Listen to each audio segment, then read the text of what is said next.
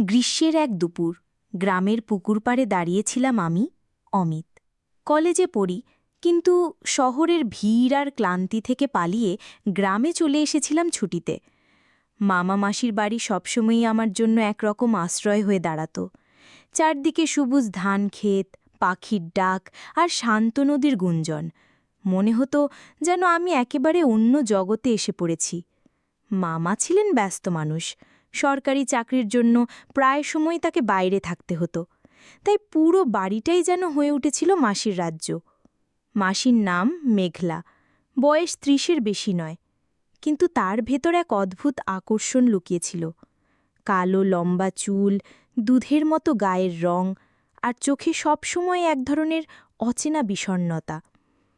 তিনি যখন হাসতেন তখন মনে হতো পৃথিবীর সব দুঃখ যেন গুলে যাচ্ছে।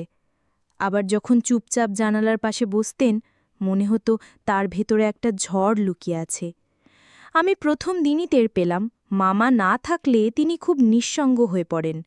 সকালের নাস্তা করার সময় হালকা গল্প করতেন, রান্নাঘরে ডেকে পাঠাতেন, কিংবা বারান্দায় বসে চা খাওয়ার সময় আমার পাশে জায়গা রাখতেন।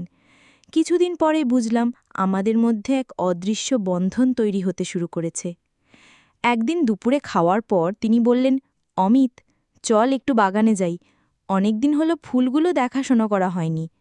আমি হাসতে হাসতে বললাম, চলুন মাসি, তবে এবার আমি আপনার সাহায্য করব। আমরা দুজন মিলে বাগানে গেলাম। তিনি গোলাপ গাছের শুকনো পাতা ছিঁড়ছিলেন, আমি পাশে দাঁড়িয়ে শুধু তাকিয়েছিলাম। বাতাসে তার চুল বারবার উঠছিল আর আমি অজান্তেই তাকিয়ে থাকছিলাম। তিনি হঠাৎ থেমে গিয়ে বললেন, কি দেখছো এভাবে? আমি লজ্জা পেয়ে বললাম, কিছু না, আপনাকে। তিনি মুচকি হেসে বললেন, সাবধান অমিত, এমনভাবে তাকানো ঠিক না। কিন্তু তার চোখে যে ঝিলিকটা ছিল সেটা আমাকে অন্য কিছুই বুঝতে দিল না। দিনগুলো কেটে যাচ্ছিল। সন্ধ্যায় আমরা বারান্দায় বসে গল্প করতাম। তিনি বলতেন তার ছোটবেলার কথা, আমি বলতাম আমার শহরের গল্প। মাঝে মাঝে আমরা একসাথে সিনেমা দেখতাম। টিভিতে যখন কোনো রোম্যান্টিক দৃশ্য আসত তখন তিনি মুচকি হেসে আমার দিকে তাকাতেন। এক সন্ধ্যায় বৃষ্টি হচ্ছিল। আমরা বারান্দায় বসে চা খাচ্ছিলাম। হঠাৎ ঝোড়ো হাওয়ায় তার চুল এলোমেলো হয়ে গেল। আমি হাত বাড়িয়ে চুলটা কানে গুজে দিলাম। মুহূর্তটা থেমে গেল। আমাদের চোখ একে অপরের চোখে আটকে রইল। তিনি ধীরে ধীরে বললেন, অমিত, তুমি অনেক বদলে গেছ, আগের মতো ছোট্ট ছেলেটা আর নেই। আমি হালকা কাঁপা কণ্ঠে বললাম, আর আপনি? আপনি তো সবসময় সুন্দর, তবে আজ আজ যেন আরও বেশি। তিনি কিছুক্ষণ চুপ করে থাকলেন, তারপর হঠাৎ উঠে দাঁড়িয়ে ভেতরে চলে গেলেন। আমি একা বারান্দায় বসে বৃষ্টির শব্দ শুনতে থাকলাম, কিন্তু মনে হচ্ছিল আমার ভেতরে একটা আগুন জ্বলছে। সেই রাতেই একটা ঘটনা ঘটল। আমি ঘরে বসে বই পড়ছিলাম। হঠাৎ দরজায় টোকা পড়ল। অমিত, ঘুমাওনি? মাসির কণ্ঠ। আমি দরজা খুলতেই দেখলাম তিনি দাঁড়িয়ে, সাদা শাড়ি, ভিজে চুল আর হাতে একটা গরম দুধের গ্লাস। তোমার জন্য এনেছি, পড়াশোনা করতে করতে ক্লান্ত হয়ে যাচ্ছ নিশ্চয়ই। আমি গ্লাসটা নিলাম, কিন্তু চোখ সরাতে পারছিলাম না। তিনি বসে পড়লেন আমার বিছানায়, নরম কণ্ঠে বললেন, জানো অমিত, জীবনে অনেক স্বপ্ন থাকে, যেগুলো কাউকে বলা যায় না, শুধু বুকের ভেতরে জমিয়ে রাখা হয়। আমি থেমে গেলাম, বুঝতে পারছিলাম না কি উত্তর দেব। শুধু তাকিয়ে রইলাম তার চোখের দিকে। সেখানে স্পষ্ট একরাশা শূন্যতা আর অদ্ভুত একটা আকর্ষণ। তিনি হঠাৎ উঠে দাঁড়িয়ে বললেন, যাও ঘুমিয়ে পড়ো, কাল আবার কথা হবে। আমি কিছু বলতে পারলাম না, শুধু গ্লাস হাতে বসে থাকলাম। পরের দিন সকালে পুকুর পাড়ে দাঁড়িয়েছিলাম, তিনি এলেন পাশে। হালকা রোদ তার মুখে পড়েছিল। তিনি ফিসফিস করে বললেন, তুমি কি কখনো ভেবেছ যদি মানুষের সব গোপন ইচ্ছেগুলো সত্যি হতো? আমি অবাক হয়ে তাকালাম। মানে?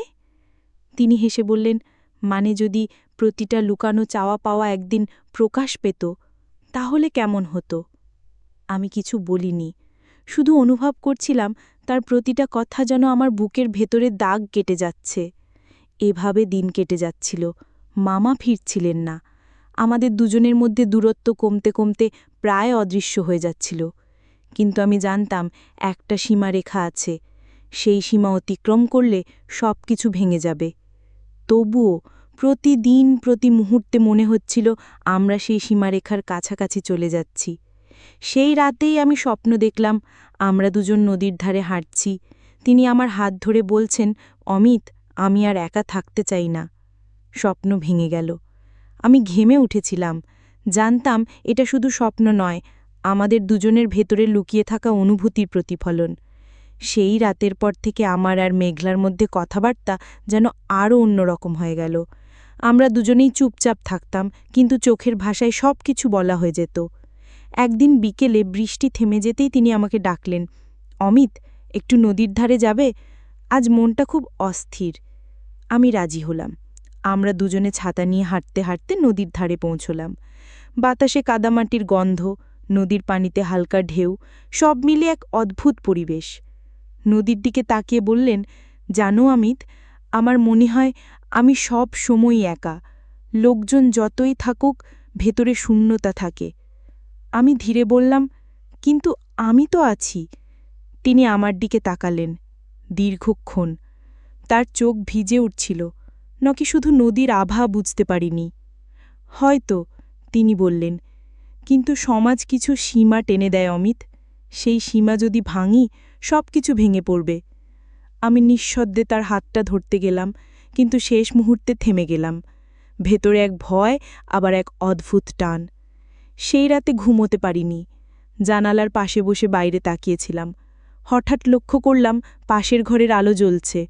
মেঘলা জেগে আছেন। জানালার ফাঁক দিয়ে দেখলাম তিনি চুপচাপ আকাশের দিকে তাকিয়ে আছেন।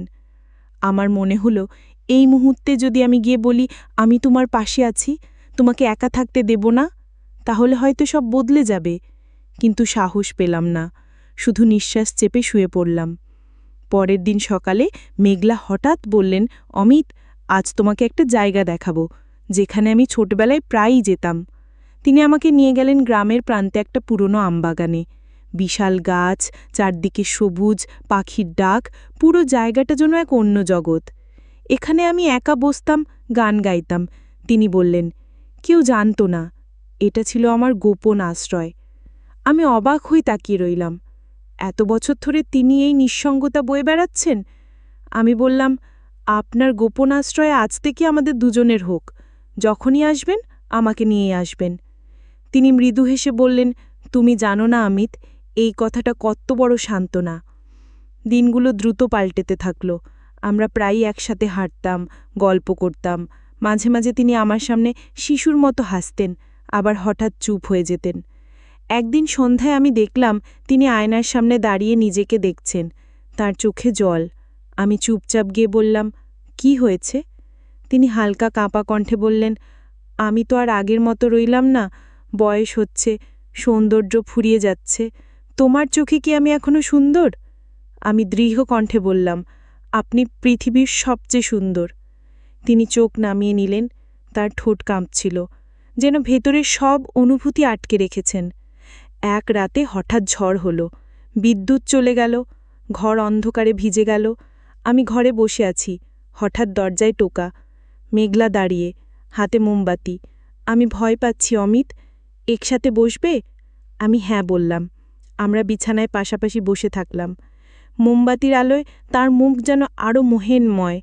বাতাসে জানালা বারবার কাঁপছিল। আমি বললাম, ভয় নেই, আমি আছি। তিনি হঠাৎ আমার কাঁধে মাথা রাখলেন। আমি স্তব্ধ হয়ে গেলাম। বুকের ভেতর কেবল ধুকপুক। তুমি কি জানো অমিত, আমার জীবনে এই রকম শান্তি অনেক দিন পর এলো। আমি কিছু বলিনি, শুধু তার মাথায় হাত রাখলাম। পরের দিন সকালে আমাদের চোখাচোখি হলো, কিন্তু কেউ কিছু বলিনি। তবুও মনে হচ্ছিল আমরা দুজনেই জানি সেই রাতে একটা অদৃশ্য সীমানা ভেঙে গেছে। মেঘলা আচরণে আরও নরম হয়ে গেলেন। তিনি রান্না করতে করতে গান গাইতেন আর আমার দিকে তাকিয়ে মুচকি হাসতেন। আমি ভাবছিলাম, এ কি ঠিক হচ্ছে? কিন্তু হৃদয় বারবার বলছিল, এটাই ভালোবাসা, এটাই সত্যি। একদিন দুপুরে যখন সবাই ঘুমোচ্ছিল, আমি বারান্দায় বই পড়ছিলাম। মেঘলা চুপচাপ এসে পাশে দাঁড়ালেন। অমিত, তুমি কি আমাকে একটা প্রতিশ্রুতি দেবে? কি প্রতিশ্রুতি? যাই হোক না কেন, তুমি আমাকে কখনো ভুলবে না? আমি এক মুহূর্ত ভেবে বললাম, না, আমি কখনো ভুলব না। তিনি কিছুক্ষণ চুপ করে থাকলেন, তারপর হঠাৎ আমার হাত ধরে ফেললেন। তার হাত কাঁপছিল, কিন্তু শক্তভাবে চেপে ধরলেন। আমার বুক কেঁপে উঠল, মনে হচ্ছিল সময় থেমে গেছে। সেই রাতে আমি ঘুমোতে পারিনি। মনে হচ্ছিল আমরা দুজনেই ধীরে ধীরে ডুবে যাচ্ছি এমন এক স্রোতে যেখান থেকে আর ফিরে আসা যাবে না। তবু আমার মনে হচ্ছিল এটাই আমাদের নিয়তি। সেই রাতের পর থেকে আমাদের সম্পর্ক আরও সূক্ষ্ম হয়ে উঠল। চোখের ভাষা, মৃদু হাসি, অচেনা স্পর্শ, সবকিছুই যেন এক অদৃশ্য বাঁধন তৈরি করছে। আমরা দুজনেই জানতাম সীমারেখা আছে, কিন্তু সেই সীমা আর অতি দূর নয়। পরের দিন সকালে মেঘলা আমাকে ডেকে নিয়ে গেলেন বাগানের এক দূরে। চারদিকে সবুজ, হালকা কোকিলের ডাক, বাতাসে ধানের মিষ্টি গন্ধ।